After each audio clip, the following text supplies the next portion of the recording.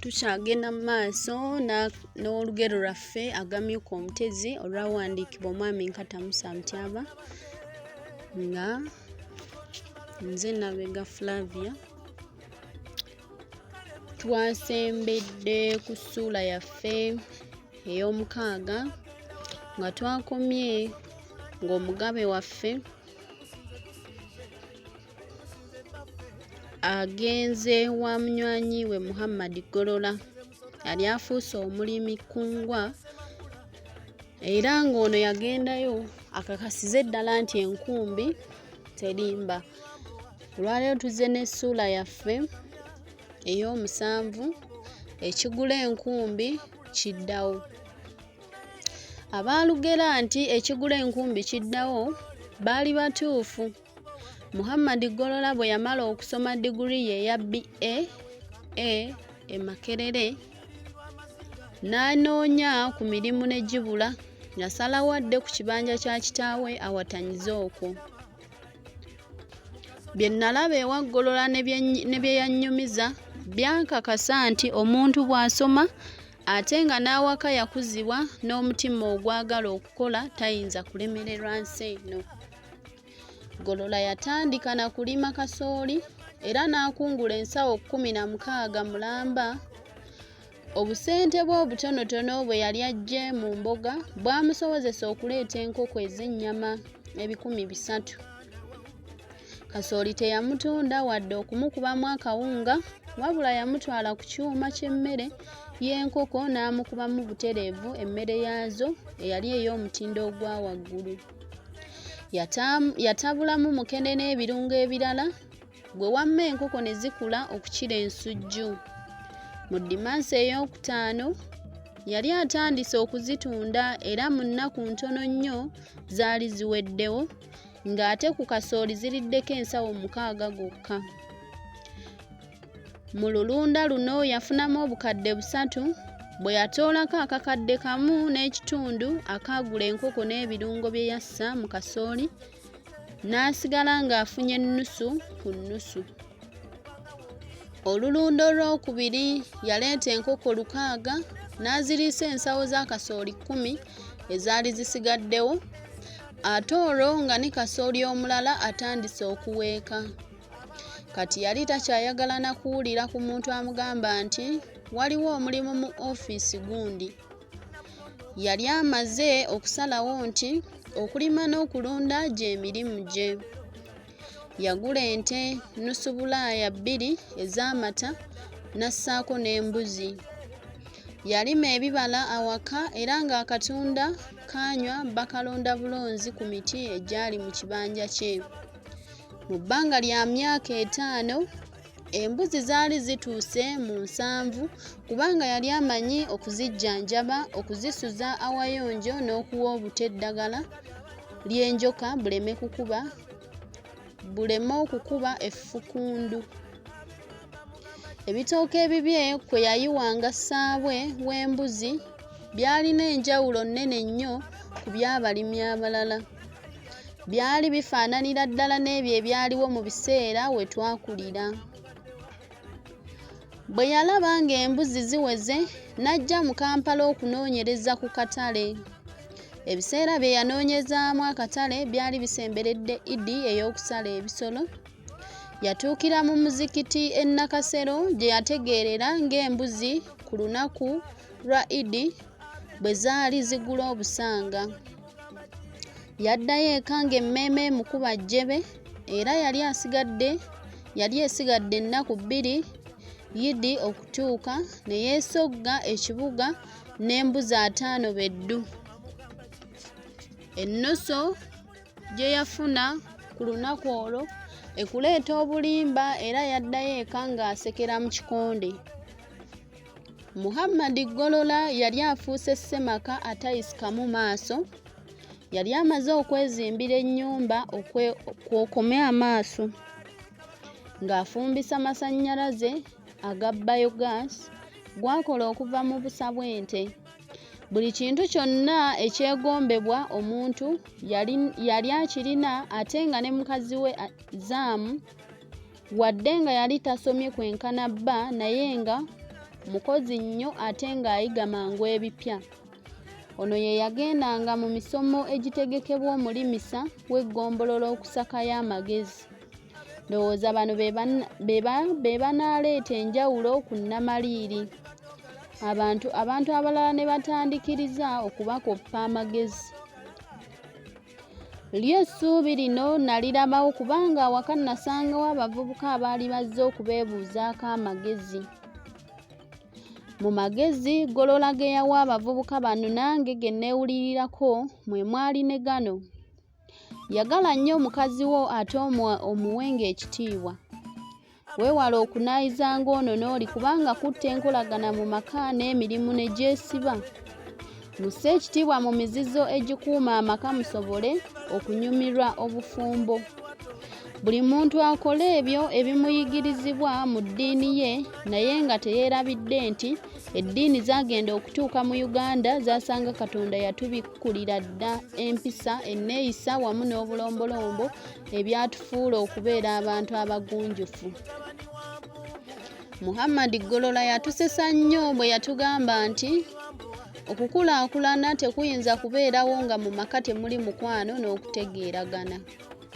Yagamba nti ennaku zino tulina n'obuzibu obw'abafumbo abawuulu. Ebisenge byabwe biwandiikibwamu mmoto egamba nti si leero, nga kiva ku kubulwa empuliziganya n'okusuula empisa zaffe ez'obuwangwa. Mu biro biri eby'amaka agatebenkedde, omusajja yawanga amaka ge ekitiibwa n'afuba okudda awaka nga tebannalya kyaggulo. Naye kiri luno e Buganda. Empisa ey'omusajja okusooka okulinnya ekitanda, oluvannyuma mukazi we n'amubuuka ng'adda ku kisenge yadibizibwa dda, era kati kyova osanga nga kumpi buli lunaku mu mawulire osangamu amaka agasasise ng'omukyala alangidde bba obutayaka. Naye ffe abaagumira ku mpisa zaffe, owange ambuuka atya okumala ddimansi ennamba ne siyaka. Awo nno bwe nkugamba nti yatusesa ate naye ne yeesekerera mbeera sikulimbye. Nga nvudde ewa Golola, nasalawo ekiro ekyo nange nneegatte ku bantu abaali bagenda okusula mu lumbe lwa John Nteeba, wadde nga nali simumanyi nnyo kubanga yagenda okusenga ku nnamaliiri nga ffe tumaze okuvaako. Ekiro ekyo waasookawo olukiiko lw'ekika olwali mu kidaala, era nga naffe abatali ba kika baatukkiriza okuwuliriza ate n'okuwabula. John Nteeba yali musajja muyigirize nnyo ate nga ne mukazi we yali yakaza nnyo ekkalaamu. Banteeba baali bakola emirimu gya gavumenti era nga balina abaana baabwe babiri abawala. Obulamu bwa Nteeba bwe bwatandika okunafuwa olw'ekirwadde kya sukaali ekyali kimubala embiriizi, ne basalawo okugenda mu balooya baabwe akole ekiraamo. Ekiraamo kyawandiikibwa mu Lungereza ne kiraga nti alina abaana abawala babiri, omukyala omu n'ebyobugagga ebyali ebingi ddala. Mu kiraamo kino obusika yabuwa omwana wa muganda we ate era n'amuteerako n'ennyumba ya mizigo 4 mu poloti ye ey'enkoko njeru. Ekiraamo nga kyakamala okusomwa, ate ne kitange n'ayimirira okutegeeza ab'ekika nti naye yalinawo ekiraamo ekirala. Omukulu w'ekika yakikwata n'alagira nakyo kisomebwe. Kyali kiwandiikiddwa mu Luganda okwawukanako n'eky'Olungereza. Kino kyalaga obuzaale bwa Nteeba, obujjajja, olunyiriri, omutuba, essiga n'omukulu w'akasolya k'ekika ky'Ensuma. Yateekamu n'omubala ogwali gugamba nti sirya nsuma nga ne Kibondwe atambula. Ekiraamo kyatandika n'ebigambo ebigamba nti bwe wabaawo omuntu ayagala okubuuza Nteeba era ng'ayagala Nteeba amuddemu asome oba awulirize ekiraamo kino. Yategeeza nti alina abakyala babiri, ow'empeta amanyiddwa n'omulala gwe yali yazimbira ebbendegere. Omukyala owookubiri yamulinamu abaana 3 ng'ababiri balenzi ate ng'omu muwala. Obusika yabuwa omu ku baana abalenzi ate oli owa muganda we gwe yali alaamidde obusika mu kiraamo eky'Olungereza n'amuwa poloti y'emu n'ennyumba bye yali amuwadde mu kiraamo ekyasooka. Omukyala ow'empeta yagezaako okuwakanya ekiraamo ekyokubiri naye balooya ne bamugamba nti ekiraamo ekyawandiikiddwa mu Luganda kyali kizitowa nnyo okusinga eky'Olungereza kubanga omugenzi yali Muganda era nga tekiyinza kuba kyangu kkooti okusazaamu ekiraamo ekyo.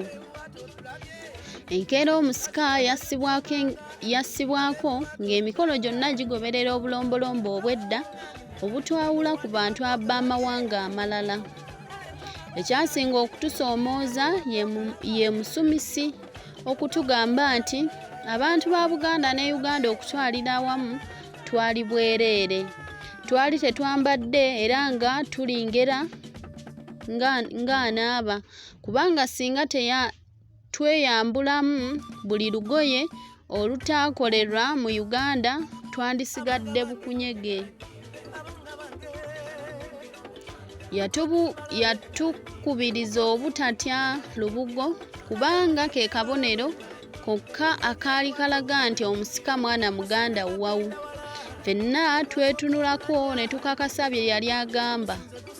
Nalowooza ku mawanga agakulaakulanye mu ssaayansi ne tekinologiya ne nkiraba nti geego agaasooka okukulaakulanya ennimi zaago enzaaliranwa ne gayita mu zo okusomesa abantu baago ebintu bingi eby'ekikugu. Naye wano ewaffe twali tusigadde mu nkwawa z'abafuzi b'amatwale nga tufuuse eggwanga ery'ekomomma. Twali tetusobola kweyambaza ate nga obubonero ng'ako ak'olubugo olusumikibwa omusika tutandise okukasuula nga tulowooza nti kyambalo kya bukaafiiri.